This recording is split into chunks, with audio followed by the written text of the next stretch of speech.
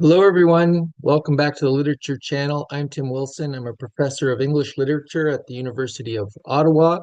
This channel provides some of my lecture material from those courses at the University of Ottawa, as well as other reflections on the great works and the great authors of the Western tradition. So if you like that content, subscribe to the channel, like the video that helps others find it. Today, we're going to be talking about Machiavelli's letter to Vettori. So I'm excited about that. Let's get started. So, this is a letter that Machiavelli sent to Francesco Vettori on December 10th, 1513. And at the end of the letter, after describing his typical day, he announces that he has written a treatise, what he calls on principalities, what we know the work as the Prince, his most famous work. So as a result of that and his reflections on his day, it's become this famous letter. And I would compare it to other landmark letters such as Plato's Seventh Letter, Dante's Letter, Petrarch's Ascent of Mount Ventoux. And just a reminder, who was Machiavelli? Machiavelli's this Italian Renaissance political philosopher. You see his dates there, the end of the 15th century, early 16th century. Also a diplomat historian involved in political life. And this is important because he spent much of his life and career supporting the Republic of Florence and a firm believer in the Republican tradition in Florence. And his fortunes changed when the Medici family regained control and he was sent into exile. And it was in exile that he wrote his most famous works, the Prince and Discourses on Livy, as well as this letter that we're going to talk about. He's been called the first modern man, and I guess if we were to sum up his overall vision, I would say that he appeals to a return to the virtues of classical republican government, and he feels that the virtues, the type of humans that enabled that, have been lost, partly because Christianity has softened humanity. So Christianity has has gotten people to, let's say, think about otherworldly visions as opposed to political achievement in this world. And so he has this Republican vision, but he also feels that in the Italian context at the time, they do need a strong prince to lay the groundwork. So there is this tension between his republicanism and his advice in the prince for a strong monarchical leader to control the country for the immediate future. So he attempts for him, the attempt in the past to account for and secure the final ends of humanity within the political community had been misguided and unrealistic. He feels that, that the notion that there is an end and an excellence, a virtue that is proper to humanity, must be abandoned to accommodate the accomplishment of more modest goals. And he really fleshes this out in chapter 15. So for Machiavelli, virtue will be more about the strength and power to achieve one's goals, as opposed to virtue as a human excellence that one is to achieve.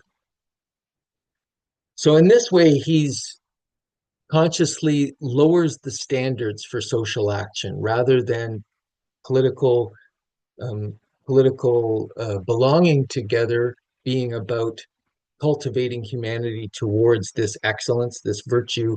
It's lowering the standards to what is achievable. In so doing, he set out to destroy the classical and biblical foundations of political philosophy in order to clear the way for a new, stable, modern foundation for politics, something that was achievable, something we could control and be shaped by human willing. And in this way, and following Leo Strauss in this, we could call Machiavelli, let's say, the author or the founder of the first wave of modernity, the first of three waves of modernity that would follow over the next 500 years. So if you want to see that, I'll put a link in the description to my video on Machiavelli and the first wave of modernity, where I try to lay that out in a bit more detail. So he writes his letter to Vettori. Who's Vettori? Francesco Vettori was a Florentine diplomat and ambassador to the papal court in Rome. He's well connected and influential, making him an important figure for Machiavelli. So Machiavelli, in the letter and at the time, is in exile, and he's kind of seeking his assistance. And because Machiavelli wants to return to important employment in political life, he's exiled from all of this and missing out on that. So let's get to the letter. So the letter begins by describing his life on his farm after his what he calls bad luck, the misfortune of being exiled from Florence and political life. So he says that right off the beginning, I'm living on my farm, and since I had my last bad luck, have spent not 20 days putting them all together in Florence. So he then goes on to describe the woodcutters he deals with on a daily basis and how they always have a bad luck story. So I get up in the morning with the sun and go into a grove I am having cut down, where I remain 2 hours to look over the work of the past day and kill some time with the cutters, who always have some bad luck story ready. So I find this juxtaposition of the bad luck stories interesting. So are we to take Machiavelli's letter as his own bad luck story? Do we all humans end up having these bad luck stories and need to, let's say, appeal to someone who can help them? The cutters are kind of appealing to Machiavelli. Maybe he'll cut them a break, maybe some extra wages. So too, Machiavelli's making his own appeal. For Machiavelli, of course, um, our turns of luck, our turns of fortune, these are not things that we should sit back and passively accept, like Stoic apatheia. Fortune can be controlled and to some extent through human planning and manipulation. So this is most famously articulated in chapter 25 of The Prince. So here we see it on the right. Nevertheless, not to extinguish our free will, I hold it to be true that fortune is the arbiter of one half of our actions, but that she still leaves us to direct the other half, or perhaps a little less. I compare her to one of those raging rivers, which, when in flood, overflows the plains, sweeping away trees and buildings, bearing away the soil from place to place. Everything flies before it, all yield to its violence, without being able in any way to withstand it. And yet, though its nature be such, it does not follow, therefore, that men, when the weather becomes fair, shall not make provision, both with defenses and barriers, in such a manner that, rising again, the waters may pass away by canal, and their force be neither so unrestrained, nor so dangerous. So it happens with fortune, who shows her power where valor has not prepared to resist her, and thither she turns her forces where she knows that barriers and defenses have not been raised to constrain her.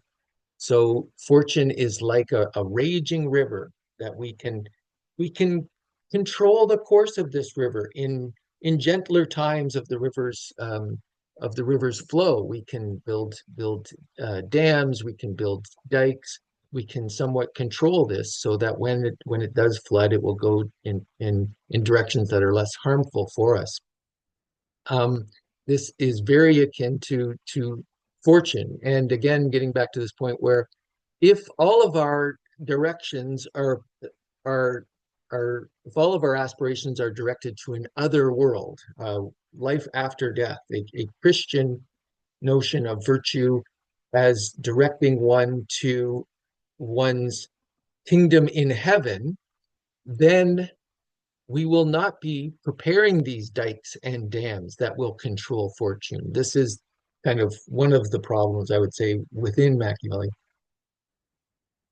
So he then describes how he gets into these petty squabbles with neighbors over the cut wood. So they want to buy cords of wood.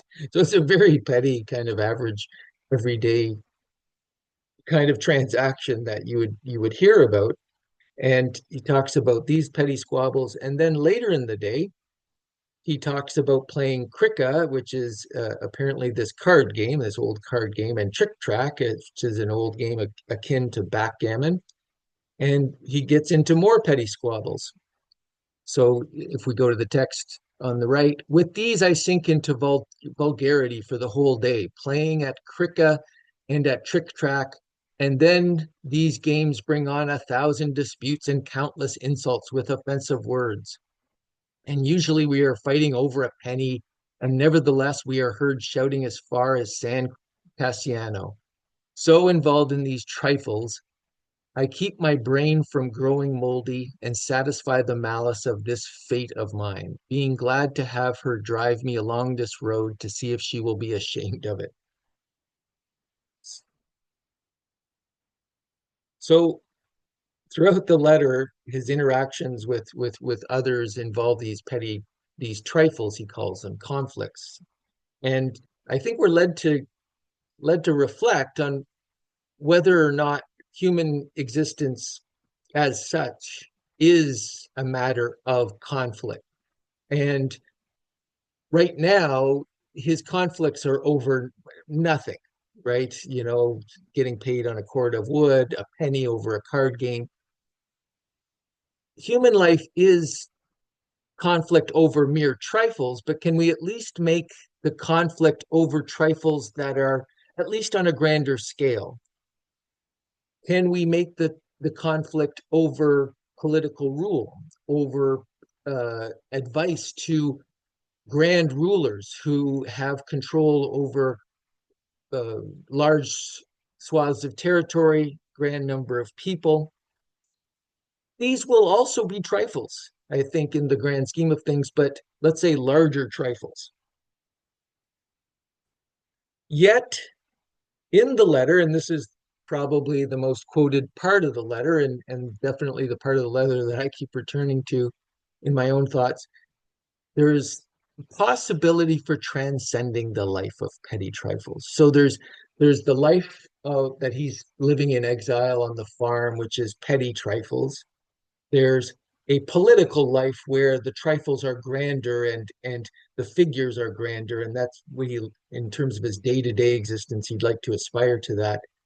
But there's a transpolitical, there's a transcendent life of the mind that one can live in one's own moments of seclusion.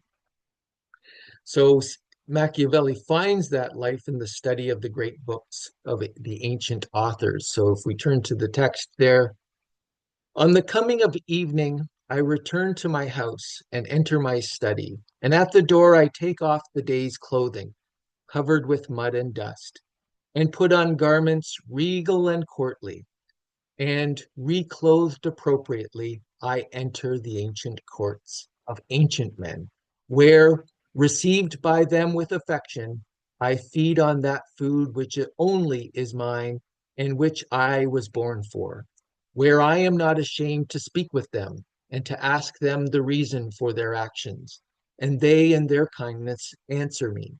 And for 4 hours of time, I do not feel boredom. I forget every trouble. I do not dread poverty. I am not frightened by death. Entirely, I give myself over to them. Beautiful passage about, about entering the world opened up by these great works of these ancient authors. And I think so much to reflect on there.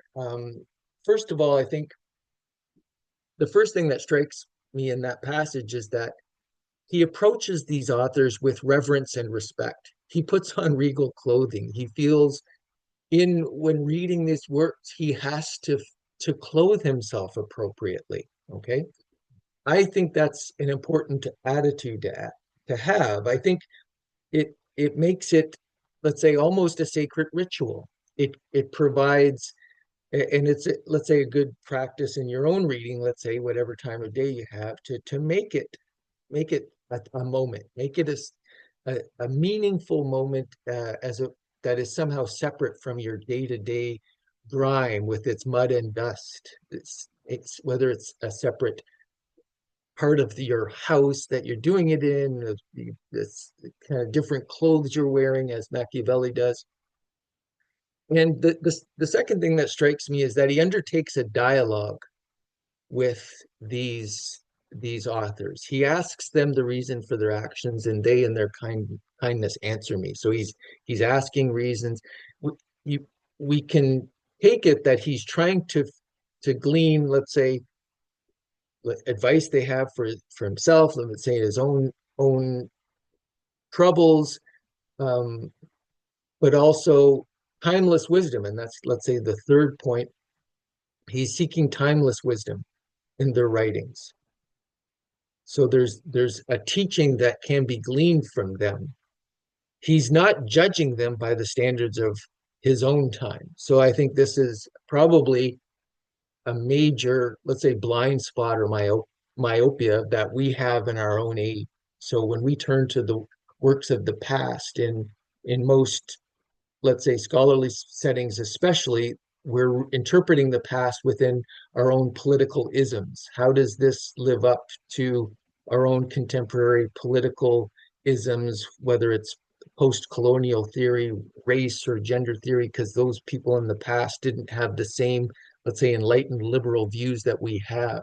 And that's certainly true. There's certainly limits to the political approaches of the past when it came to their day-to-day affairs, and I think we like to think that we've progressed beyond them in certain respects, but there's still timeless wisdom there to learn from. And I think that's the approach that we can learn from Machiavelli in this letter.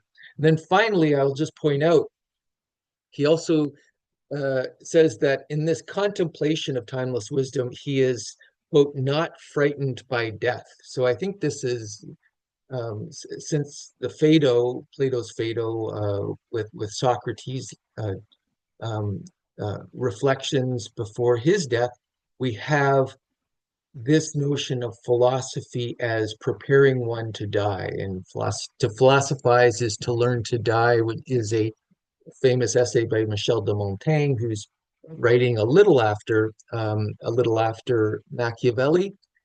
So Machiavelli's not aware of him, but this is, as I said, a timeless philosophic um, truism since Socrates and then Cicero. So in this essay, he's Montaigne is drawing on Cicero to claim that studying philosophy teaches us how to face mortality without fear. And he also emphasizes that all philosophical doctrines also ultimately aim at happiness, and to learn how to accept death is a crucial part of achieving peace in life. Let's say, so peace, back to the letter of Machiavelli, peace from those petty trifles. Peace from, whether it's the political trifles that he's aiming to be part of his daily routine, as opposed to the petty trifles of the woodcutting, or what have you.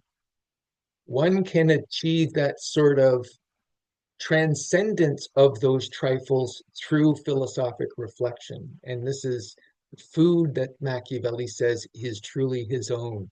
So we have this very, I think, in Machiavelli, in the letter, we have this very modern man. We have the Machiavelli that we may know, the Machiavelli who just, it's about cutthroat politics and just achieving what we can in this world.